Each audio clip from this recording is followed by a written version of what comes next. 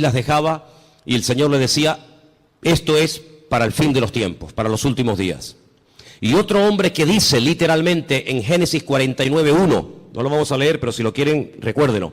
Génesis 19:1, un hombre que antes de morir llama a todos sus hijos, me refiero al patriarca Jacob, y les dice, acercaos, que os voy a declarar lo que va a pasar en los últimos tiempos. Y esa palabra, los últimos tiempos, aparece también con las mismas palabras en el libro de Daniel. Curiosamente, en esa especie de despedida del patriarca Abraham de sus 12 hijos y también de sus nietos, Manasés y Efraín, no les dijo todo lo que probablemente él había recibido, sino que el Señor, como que a pesar de la revelación que este hombre tenía, no contó todo lo que él sabía. Pero en Daniel tenemos muchísima información acerca de estos tiempos en los cuales nos ha tocado vivir. Y a partir del versículo 1 vamos a comenzar a leer y dice así la palabra del Señor. ¿Lo tienen, hermanos? Daniel 12:1. Realmente para entender el capítulo 12 hay que comenzar a leer desde el 10. Son capítulos muy largos, muy profundos, y por cuestiones de tiempo no lo vamos a leer hoy. Pero yo les pediría a ustedes que hoy o a lo largo de esta semana lean tranquilamente los capítulos 10, 11 y 12 del libro de Daniel, para que veáis qué información tan tremenda el Señor nos está dando a través de este hombre. En aquel tiempo se levantará Miguel, el gran príncipe, que está de parte de los hijos de tu pueblo. Será tiempo de angustia, cual nunca fue desde que hubo gente hasta entonces. Pero en aquel tiempo será libertado tu pueblo y todos los que se hallen escritos en el libro. Muchos de los que duermen en el polvo de la tierra serán despertados, unos para vida eterna y otros para vergüenza y confusión perpetua. Los entendidos resplandecerán como el resplandor del firmamento, y los que enseñan la justicia a la multitud como las estrellas a perpetua eternidad. Pero tú, Daniel, cierra las palabras y sella el libro hasta el tiempo del fin. Muchos correrán de aquí para allá y la ciencia se aumentará. Y yo, Daniel, miré, y aquí otros dos que estaban en pie, el uno a este lado del río y el otro al otro lado del río. Y me dijo, uno de los varones que estaba vestido de lino, que estaba sobre las aguas del río, ¿cuándo será el fin de estas maravillas? Y oí al varón vestido de lino que estaba sobre las aguas del río, el cual alzó su diestra y su siniestra al cielo, y juró por el que vive por los siglos, que será por tiempo, tiempos y la mitad de un tiempo. Y cuando se acabe la dispersión del poder del pueblo santo, todas estas cosas serán cumplidas. Y yo oí, mas no entendí. Y dije, Señor mío, ¿cuál será el fin de estas cosas? Él respondió, anda, Daniel, pues estas palabras están cerradas y selladas hasta el tiempo del fin. Muchos serán limpios y emblanquecidos y purificados. Los impíos procederán impíamente, y ninguno de los impíos entenderá, pero los entendidos comprenderán. Y desde el tiempo que se ha quitado el continuo sacrificio hasta la abominación desoladora, habrá 1290 días. Bienaventurado el que espere y llegue a 1335 días. Y tú irás hasta el fin y reposarás y te levantarás para recibir tu heredad al fin de los días. ¿Cuántos dicen amén? No es un libro fácil, ¿saben? Es un libro que además hay partes, no todo. Estos capítulos no, gracias a Dios, pero hay otros capítulos que están escritos en arameo. Y aunque se escriben las letras igual, las palabras significan cosas diferentes. Por lo tanto, esos capítulos, yo particularmente en arameo sí los puedo leer, pero no los entiendo porque no hablo arameo. Pero estos capítulos 10, 11 y 12 están escritos en hebreo y son muy interesantes porque hay expresiones, hay hebraísmos, hay palabras que tienen una profundidad, un sentido mucho más profundo que lo que a priori se puede entender, se puede ver, ¿no? ¿Por dónde empezamos? Bueno, hermanos, solamente decirles algo. ¿Os dais cuenta cómo está el mundo? En cuestión de días, en cuestión de semanas, el panorama mundial ha cambiado completamente. Profecías que hacían cientos, por no decir miles de años, que han estado ahí como dormidas, están surgiendo las circunstancias, se están dando las situaciones para que así, en un abrir y cerrar de ojos, en cualquier momento, puede iniciar una situación de tal magnitud que ya no hay marcha atrás. De hecho, yo me atrevería a decir esta tarde que estamos en este momento en una situación en la que ya no hay marcha atrás. Naciones que antaño se pelearon, ahora se han unido porque tienen un enemigo en común, y los medios de comunicación ayudan y al mismo tiempo no ayudan. Ayudan porque te dan información del movimiento de tropas, de soldados, situaciones de países, lugares donde hay guerras, muertes, etcétera. Y en cierto sentido, pues gracias a la televisión, a la radio, a la prensa, a internet, pues te enteras de cosas que están ocurriendo a centenares o a miles de kilómetros y estás al día. Pero por otra parte, ellos cuentan su versión. Ellos te cuentan lo que ellos entienden que está ocurriendo. Pero sin embargo, el creyente tiene que tener la sabiduría y la comprensión espiritual para ver mucho más allá y leer e interpretar correctamente lo que está ocurriendo. Hay una profecía que lleva miles de años, vamos a decir entre comillas, dormida, y tiene que ver con la ciudad de Damasco, capital de Siria. Dos profetas, el profeta Isaías y el profeta Jeremías, profetizaron con muchísimo tiempo de antelación que esta capital sería atacada y quedaría prácticamente en ruinas y no quedaría prácticamente recuerdo de ella. No vamos a leer todos los versículos que tengo porque si les digo la verdad, tengo tanto material sobre todo esto que podríamos estar aquí una semana entera sin salir, se lo puedo asegurar. Pero para los que estén tomando nota, y como además esto queda grabado, después ustedes pueden ir a su casa y volver a escuchar el mensaje, Isaías 17:1, Jeremías 49:23, en esa porción está la profecía que va dirigida específicamente a la ciudad de Damasco.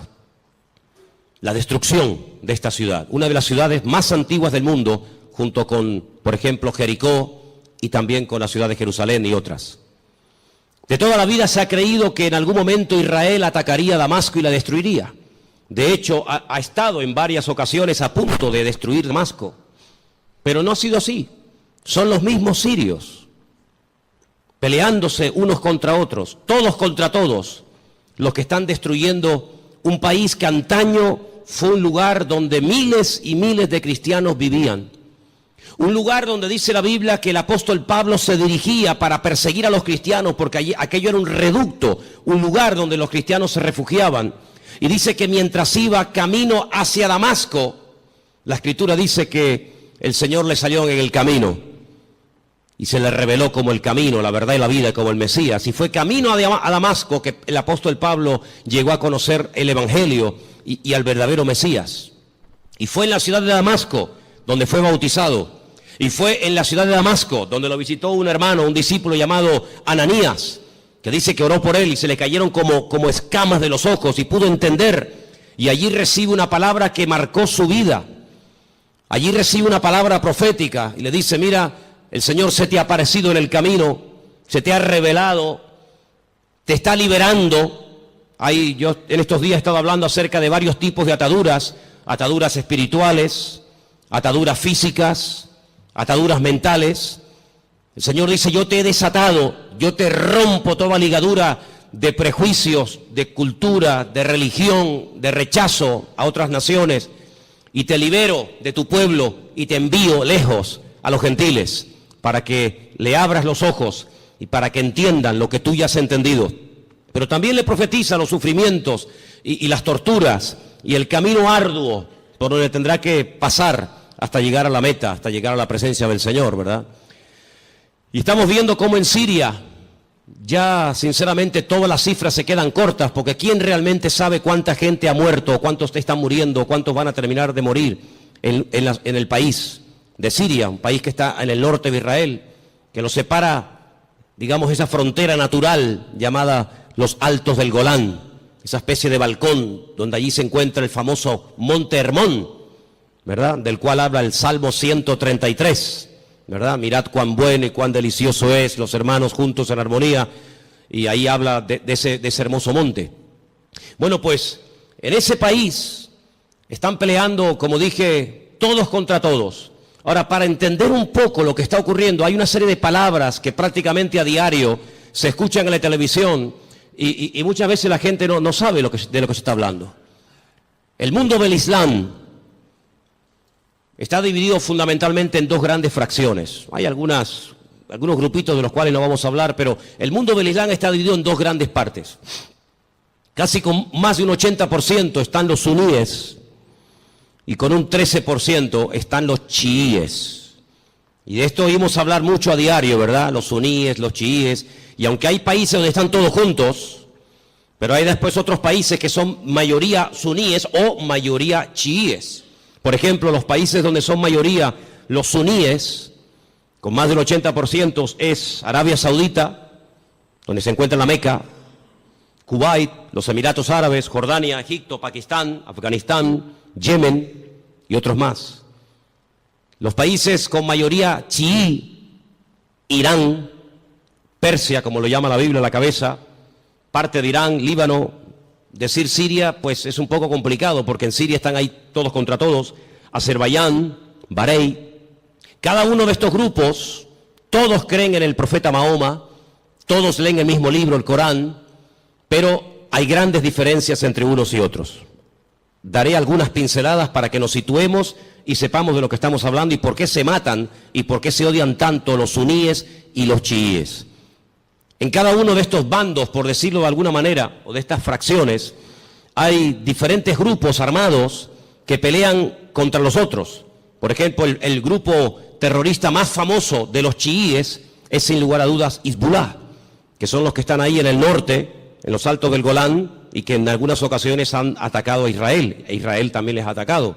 Así que Hezbollah es un grupo mayoritariamente chií que está financiado por Irán. Pero luego en el otro bando, en la parte de los suníes, tenemos al famoso grupo Al-Qaeda, responsables de las famosas Torres Gemelas, tenemos a los talibanes, tenemos al famoso Estado Islámico, ISIS, a los hermanos musulmanes que ganaron y después fueron derrocados en Egipto, y tenemos al grupo Hamas. Hamas significa violencia y es el grupo que en este momento está liderando la franja de Gaza, allí al sur de Israel. ¿Por qué se llevan tan mal los chiíes y los suníes? A la muerte del profeta Mahoma, su yerno, que a la vez era su primo, llamado Alí, fue el que ocupó el lugar del profeta Mahoma. Sin embargo, en el grupo de los suníes, su suegro, que fue el que recopiló todas las cosas acerca del Corán, que era de la misma tribu que Mahoma, Abu Bakr, era el que tomó el liderazgo del Islam. La palabra suní viene de la palabra árabe suma, que significa código de conducta. Ellos creen en los ulemas, que son los doctores, los teólogos del Corán, y son los únicos que pueden, digamos, interpretar lo que dice el Corán, los textos del Corán. Por otro lado, los chiíes tienen a los famosos ayatolás, y ellos lo que hacen es que unen la política y la religión, y hay ahí una lucha, porque los suníes dicen que entre Alá y el hombre no puede haber ningún tipo de intermediarios, no se puede adorar a nadie más que a Alá, ¿sí? Pero sin embargo los chiíes, aunque también adoran a Alá y creen en el Corán, y van a la Meca en peregrinación. De hecho, sabéis, la última peregrinación ha sido, como todos los años, catastrófica. Han muerto casi 800 chiíes, la mayoría de ellos procedentes de Irán y de otros países chiitas. Pues ellos además en sus mezquitas tienen fotografías de sus mártires, entre comillas, de sus santos, y en cierto sentido como casi que los veneran. Así que estos dos bandos están enfrentados los unos contra los otros. Y allí en Siria, por ejemplo, están peleando los chiíes contra los suníes contra los chiíes. Unos son apoyados por unos países, otros son apoyados por otros países. Pero curiosamente nada de lo que ocurre en el mundo ocurre por casualidad. Todo tiene una razón de ser. Los hombres no pueden ir de un lugar a otro si Dios no lo permite. Las naciones no pueden dejar sus territorios y abarcar o conquistar otros territorios si Dios no lo permite. Todos los cambios que está habiendo en la geografía, en la política, en la economía, no es producto de la casualidad ni de la locura de cuatro locos, sino que todo esto es el movimiento que Dios permite que se lleve a cabo para el cumplimiento de las profecías, tanto de Daniel como de Ezequiel y otros grandes varones de Dios, que pronosticaron con cientos y con miles de años de antelación todo lo que iba a ocurrir.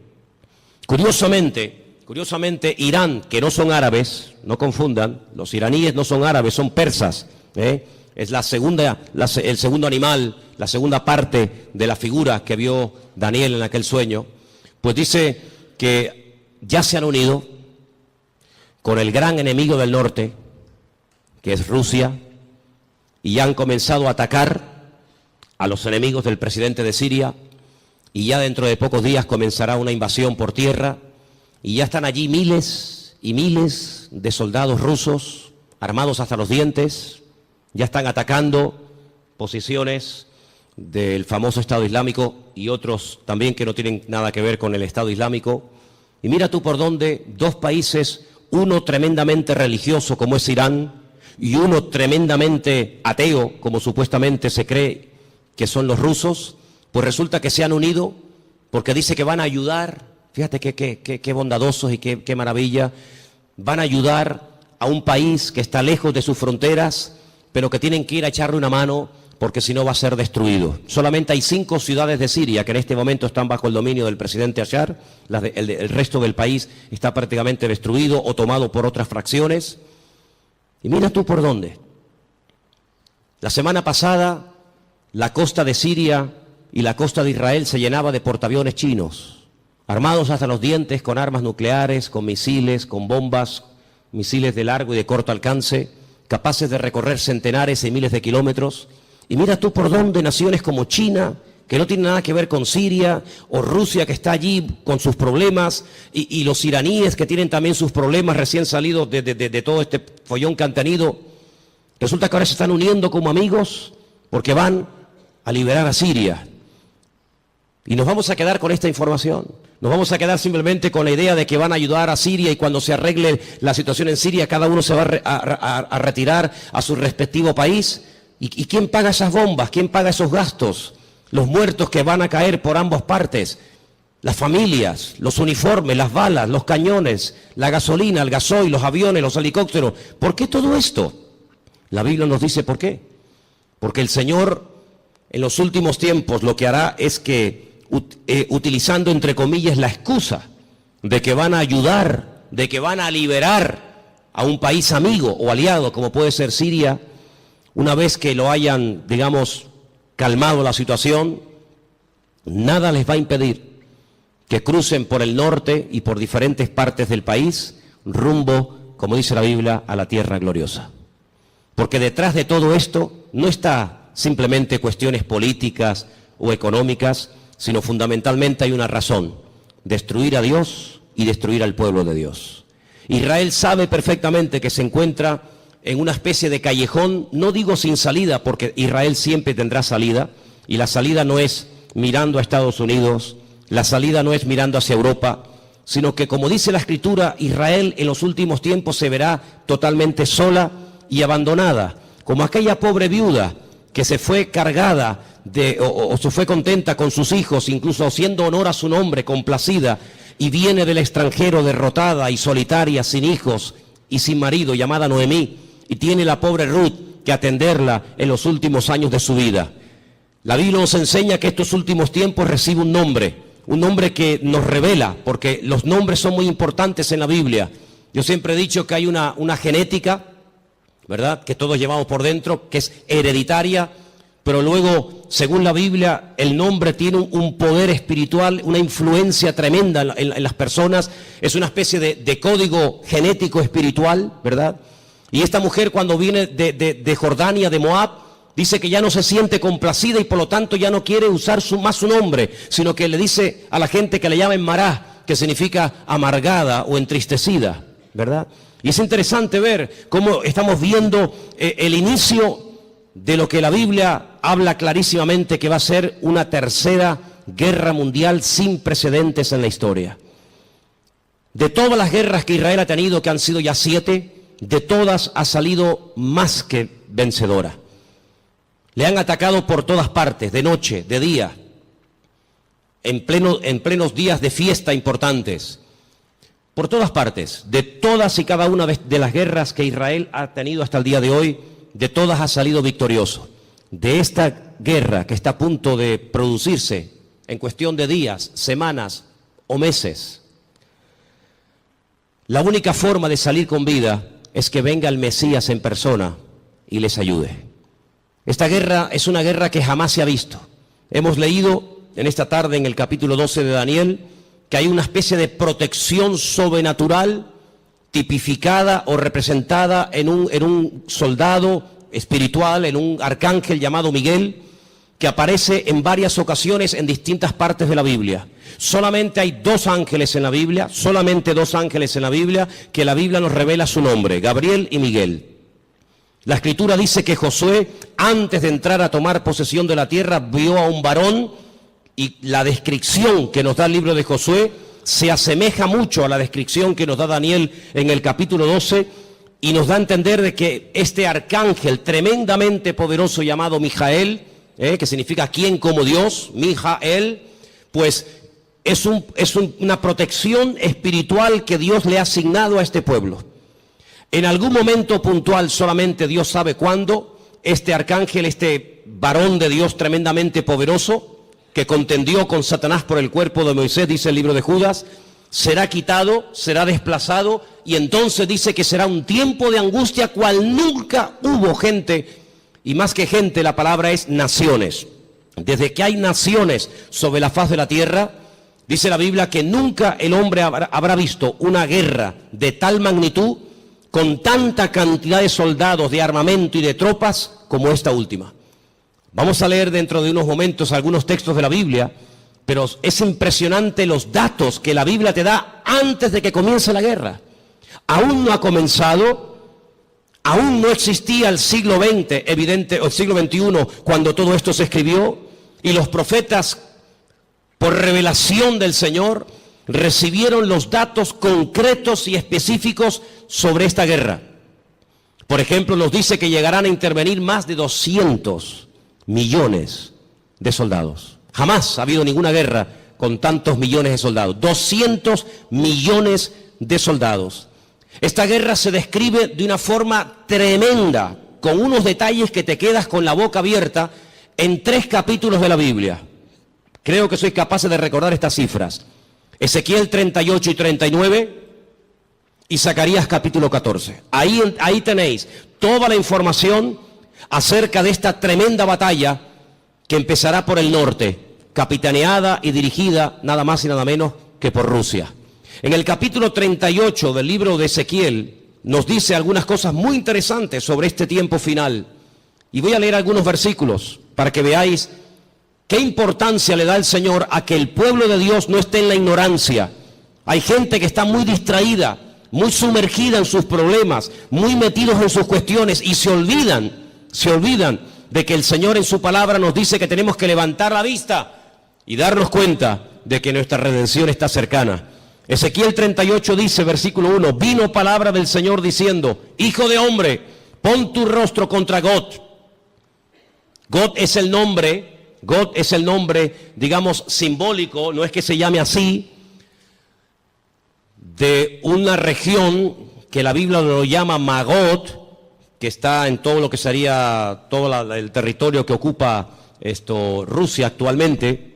Y fijaros que hay 2 nombres de hombres, solamente 2 hombres de hombres, que curiosamente tanto en español como en hebreo empiezan y terminan con la misma letra. Uno es el nombre David. David empieza con una letra llamada Dalet y termina con otra letra llamada Dalet. Y esto nos habla acerca de que David era un hombre que cuando lo conocías así era. No es que lo vas conociendo y es completamente diferente. Es un hombre que no tiene dos caras, no tiene dos personalidades, no tiene doblez en su carácter. David era así. Por eso esa letra que empieza y esa letra que termina es la misma, como diciendo que David es un hombre que es lo que ves, no hay más. Curiosamente, en un acto de imitación sin precedentes en la historia, a este líder político se le pone un nombre simbólico cuya letra empieza por la G o la Gimel en hebreo y con la misma letra termina la G o la Gimel, God, como diciendo que lo que ves es lo que hay. En David era lo positivo. Si ves que es un hombre espiritual, es que es espiritual. Si ves que es un hombre valiente, es que es valiente. No es que dé impresión de valiente y luego es un cobarde. No es que es un hombre aparentemente espiritual y luego es un carnal. No, no. Bueno, pues en God, en este personaje que nosotros lo conocemos más famoso como el nombre del famoso anticristo, si tú lo ves así, así es como es. Es malo, es apoyado por el diablo, etcétera, etcétera. Y dice aquí, así ha dicho el Señor, he aquí yo estoy contra ti, oh God, príncipe soberano de Mesec y Tubal. Estos son hijos de Noé. Te quebrantaré, pondré garfios en tus quijadas y te sacaré a ti y a todo tu ejército, caballos, jinetes, en todo equipados, gran multitud de paveses, escudos, teniendo todos ellos espada. Y ahora menciona una coalición, no están todos nombrados, una pequeña coalición de naciones que se van a unir. Y menciona Persia, y ya hemos dicho que Persia, ¿quién es? Ok, es Irán. Cus, tenemos Etiopía, tenemos Libia, con otros nombres, todos ellos con escudo, con yelmo, Gomer, sus tropas, la casa de Togarma, los confines del norte, sus tropas. Prepárate, apercíbete tú y toda tu multitud que se ha reunido a ti, y sé tú su guardia. Pero si leemos un poquito más adelante, versículo 15, vendrás de tu lugar de las regiones del norte, y tú y muchos pueblos contigo. Fíjate, todos ellos a caballo, gran multitud, poderoso ejército. Subirás contra mi pueblo Israel. Sí, es inevitable que este hombre ataque a Israel, es inevitable. Bueno, pero es que van a ir a Siria. La noticia no dice nada de Israel. Las noticias no, pero la Biblia sí. Y las noticias no pueden saber la información que tú y yo tenemos en esta tarde. Mañana Telecinco no puede decir, le presentarían una denuncia, dirían, esta gente está loca. Mañana no vamos a ver en Telecinco, en Antena 3, que Rusia pretende apoderarse de los altos del Golán con la intención de atacar Israel. Me dice, pues ustedes están locos. No, no, no.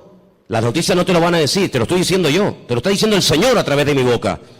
Subirás contra mi pueblo Israel como nublado para cubrir la tierra y será al cabo de los días, al final de los tiempos, en estos tiempos. ¿Y qué dice aquí? Y te traeré sobre mi tierra. No es que a Putin se le ocurre la genial idea de decir, bueno, vamos a Siria y ya que estamos a un tiro de piedra, saltamos los altos del Golán y desde los altos del Golán vemos todo Israel abajo y la machacamos. Total, que son 300 kilómetros de largo para un imperio, para una potencia militar como Rusia, que con una bomba hace así y borra de la faz de la tierra a 10 millones de personas, porque eso es lo que puede tener Israel en este momento, si es que llega ahora mismo a 10 millones de personas viviendo allí. ¿Qué puede impedir? Pero no es él el que lo decide, es Dios el que le dice a God, ven a mi tierra, ven. Y entonces dice, para que las naciones me conozcan, cuando sea santificado en ti, oh God, delante de tus ojos.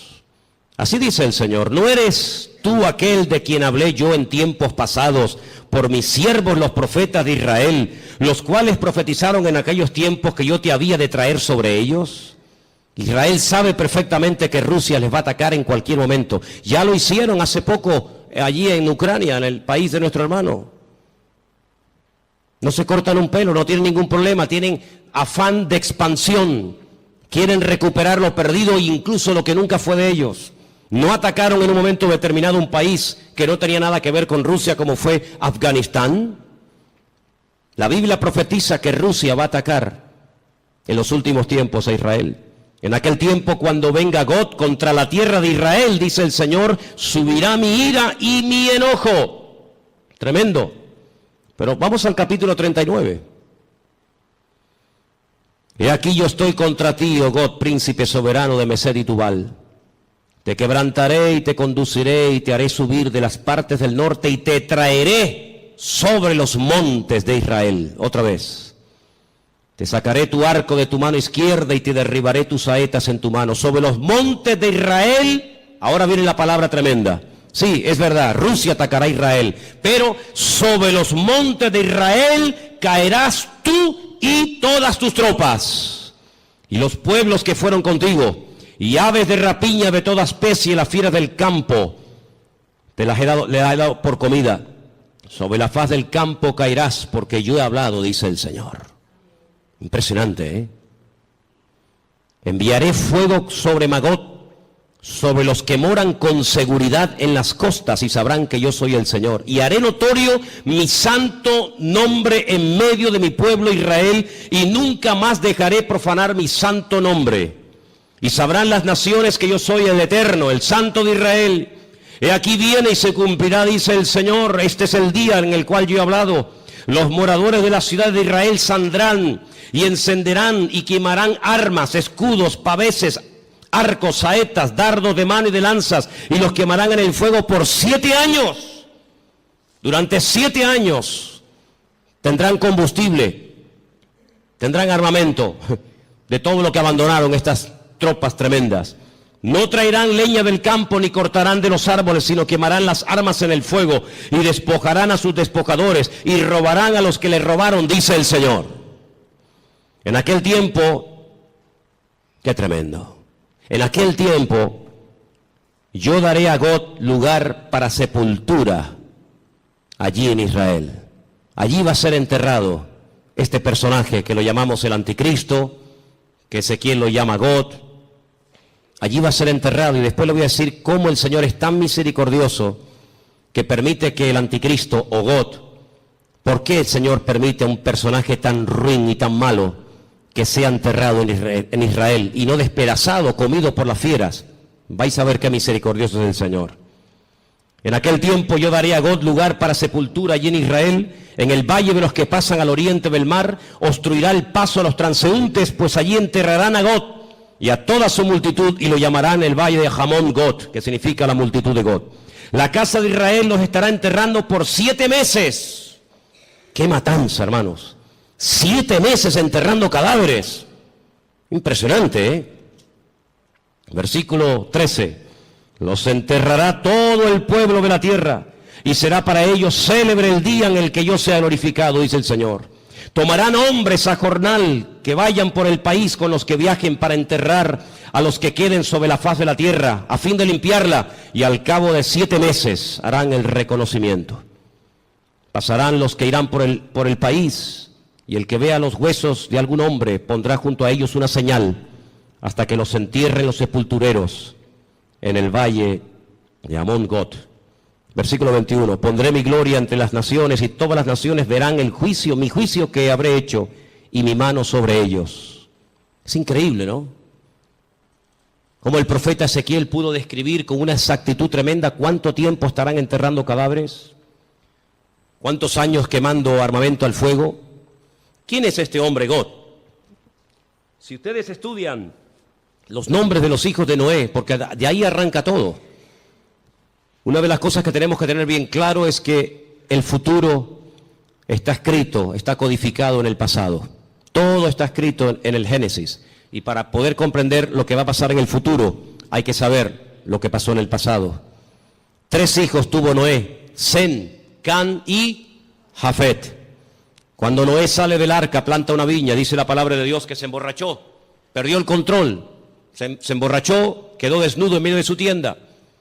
Y uno de sus hijos, Can, dice el texto hebreo, que se rió, se burló de su padre, no lo cubrió, no lo tapó, lo humilló, se lo contó a sus hermanos, incluso hasta intentó propasarse con su propio hermano, con su propio padre. Sus 2 hermanos fueron de espalda caminando y taparon a su padre. Fíjate qué misericordioso es el Señor, que este personaje que es descendiente de Jafet, no de Can, no de Sem, sino de Jafet, por haber cubierto a su padre, él será cubierto con tierra en los últimos tiempos, en la tierra de Israel. El refrán dice, midá keneged midá, lo que siembras es lo que cosechas, medida por medida. ¿Por qué esperó el pueblo de Israel por María? Al fin y al cabo era una, el resto era tanta gente, 2 millones de personas. ¿Por qué esperó todo el pueblo por María? Porque María, cuando Moisés era pequeño, esperó a ver cuál era el futuro de su hermano Moisés, y no se fue hasta que la hija del faraón lo adoptó y se lo llevó al palacio. Y por ese acto de esperar, de preocuparse por el futuro de su hermanito, que en aquel tiempo era un bebé de 3 mesitos, por ese acto de misericordia y de amor y de interés, años más tarde, el pueblo la espera a ella. Y siempre es así. De ahí que Pablo diga a los Gálatas, si queréis cosechar, tenéis que sembrar, pero sembrar abundantemente para poder cosechar abundantemente. Así que este personaje está a punto de aparecer. Este famoso anticristo está a punto de aparecer, pero ya lo hemos dicho en muchas ocasiones, que en los últimos tiempos habrá una influencia de una institución religiosa que describe perfectamente el libro del Apocalipsis, que dice cómo se visten, dónde están, cómo hablan, cómo no hablan, etcétera, etcétera. Es increíble el impacto que en tan poco tiempo ha producido el Papa Francisco. Es increíble, ¿no? En tan poco tiempo le ha caído bien a todo el mundo. No hay nadie que diga nada malo de Francisco. Fue a Israel y a los judíos, a los rabinos les cayó bien. Incluso llegó a ir al muro de los lamentos y puso su petición entre las rendijas del muro. Después se fue con Abu Hamas, el presidente de la autoridad palestina, y le cayó estupendamente y casi se hicieron amigos y rezaron juntos mirando hacia la Meca. Se fue a Turquía y en la famosa mezquita de Turquía, orando hacia la Meca, le cayó de maravilla a los musulmanes. A todo el mundo le cae bien, a los artistas, incluso a los ateos. Recientemente escuchaba a un político ateo que decía, me cae muy bien este hombre, aunque yo no soy creyente ni creo en Dios, pero me cae muy bien este hombre. Dieron la vuelta al mundo en cuestión de minutos las declaraciones que hizo en un avión mientras viajaba, cuando le preguntaron por los homosexuales, por los gays, y él dijo, ¿quién soy yo? ¿Quién soy yo para juzgar a los gays? Y todo el mundo comenzó a decir, la iglesia está cambiando. Qué diferente, la postura de este Papa en comparación con los otros dos que eran tan intransigentes y tan radicales. ¿Quién soy yo para juzgar? No pasó mucho tiempo y ya hizo juicio sobre uno de sus trabajadores. Ayer un sacerdote, dice él, que salió del armario porque Dios así se lo había pedido y así lo había querido, y fulminantemente fue destituido, ¿no? Qué contradicción con las declaraciones del avión, ¿no? Pero en los últimos tiempos la Biblia nos enseña que habrá una especie de religión que le va a caer bien a todo el mundo. Será capaz de ir con los musulmanes, con los judíos, con los cristianos. Dicho sea de paso, hace muy poco tiempo este Papa se fue por primera vez en toda la historia con un pastor muy conocido por nosotros a una iglesia evangélica en la ciudad de Caserta, en Italia, donde yo estuve ahora hace unos días.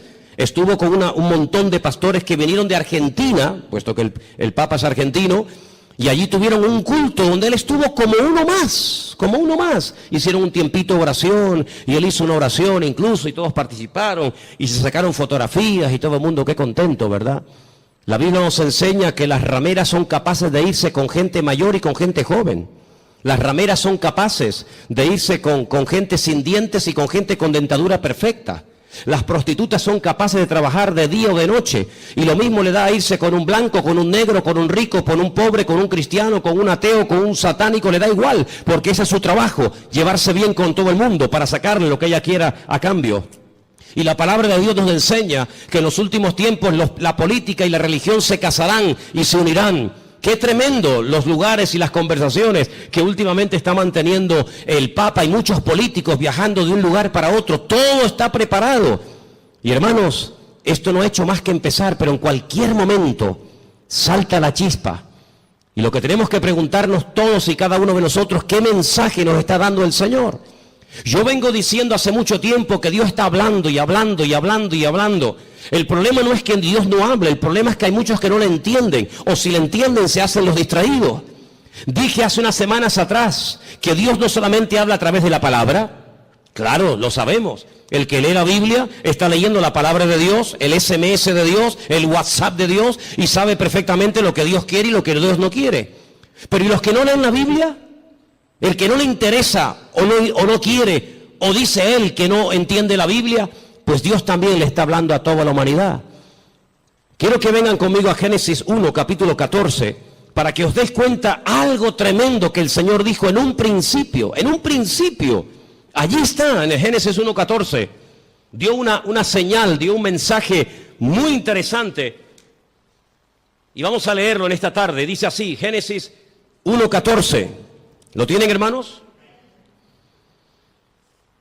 Tengo esta página de la Biblia prácticamente destrozada, entonces espero leerla bien porque la tengo toda pegada. Creo que dice algo así como: y dijo Dios, haya lumbreras en la expansión de los cielos para separar el día de la noche y sirvan de señales para las estaciones. Ahora ya no tengo ese trocito que dice. Para días y años. Ok, ahí está. ¿Qué es lo que será? Lo mismo que fue. Cuando estudiamos hace unas semanas atrás el Salmo 19, yo dije que el Salmo 19 dice literalmente: los cielos cuentan la gloria de Dios y el firmamento anuncia la obra de sus manos. Un día emite palabra o información a otro día, de tal manera que hay personas paganas, no creyentes, que a lo largo de la historia, incluso hasta en estos tiempos, fíjate lo que te digo, observando no las profecías de la Biblia, sino observando el cielo, el firmamento, llegan a conclusiones tremendas. Quiero decirles que en un momento puntual de la historia de la humanidad, el Señor utilizó el astro rey, el sol, la luna y las estrellas para darle un mensaje profético a uno de sus hijos llamado José. ¿Lo habéis olvidado? Dice que él vio al sol, a la luna y a las estrellas que se postraban delante de él. Y Jacob, cuando oye el sueño de su hijo, él entiende perfectamente lo que le está diciendo. El sol es el padre, la luna es la madre y las estrellas son sus hermanos. Curiosamente, las estrellas, los hermanos, llegaron antes que el sol a Egipto, porque siempre es así: primero es la noche y luego es el día. No primero el día y después la noche. Primero había tinieblas y después vino la luz. La tiniebla siempre precede a la luz.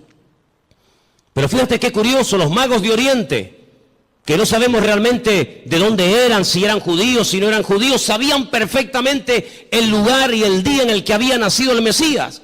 Porque interpretaron que aquellas estrellas que tenían nombre, la estrella Sadik, la estrella Jamelec, etcétera, se habían alineado y ellos sabían perfectamente que tenían que ponerse en marcha para llegar a donde, a Belén de Judea, porque allí era donde había nacido el Mesías. Y es que el Señor en el versículo 14 de Génesis 1 que hemos leído, dice que cuando Él creó el sol, cuando Él creó la luna y Él creó las estrellas, no solamente las creó, número uno, para separar, para hacer diferencia entre el día y la noche, no, sino que dice que las creó para las estaciones. Y la palabra estaciones es la palabra hebrea modín. Y la palabra modín, ¿sabe lo que significa? Fiestas. Es la misma palabra que se emplea en Levítico cuando dice: recuerden las fiestas del Señor. ¿Cuándo tienen que ir? ¿Cuándo no tienen que ir? ¿Cuándo tienen que ponerse en marcha? ¿Cuándo no tienen que ponerse en marcha? En otras palabras, cuando ustedes vean los cielos, ustedes podrán discernir en qué tiempo de su relación con Dios ustedes se encuentran. Es muy importante que tú, hermano y hermana que me escuchas en esta noche, te preguntes: ¿dónde me encuentro ahora mismo en mi camino, en mi relación con Dios? ¿Estoy más cerca? ¿Estoy más lejos? ¿En qué punto me encuentro? Porque el tiempo marca la circunstancia y la circunstancia marca el tiempo. Jesús le dijo: ustedes olvídense de ver señales. Esta generación, como es una generación mala, perversa y adúltera, no se le ha permitido ver señales como a otras se les permitió. Ustedes solamente podrán ver una señal, solamente una, y la van a ver, y se llama la señal del profeta Jonás. ¿En qué consistía? Bueno, le está diciendo: así como Jonás estuvo en el vientre del pez 3 días y 3 noches, así estaré yo, el Hijo del Hombre, en el vientre de la tierra 3 días y 3 noches. Esa señal era la señal de la generación de Jesús. Pero sin embargo, Noé no esperaba esa señal. Porque ¿cuál era la señal de Noé? El diluvio. Pero ¿cuál era la señal de Salomón? La construcción del templo. Y cada generación cada tiempo tiene una circunstancia, una señal, y cada señal identifica el tiempo. Por eso podemos saber ahora mismo en qué tiempo, en qué lugar, en qué punto del camino yo me encuentro en mi relación con Dios por lo que estoy viendo. Porque repito, la señal, la circunstancia política, social, económica, espiritual, etcétera, etcétera, marca el tiempo en el que yo estoy viviendo. Yo no puedo ver, no puedo orar para ver el nacimiento del Mesías porque Él ya nació, no es la señal de mi tiempo. Yo no puedo esperar, aunque ore, ayune 40 días, tome autoridad y reprenda y declare. Yo no puedo ver al profeta Jonás siendo vomitado en una playa para ir a predicar a los ninivitas. No, porque no es la señal de mi tiempo. Pero ¿cuáles son las señales de nuestro tiempo? Pues algunas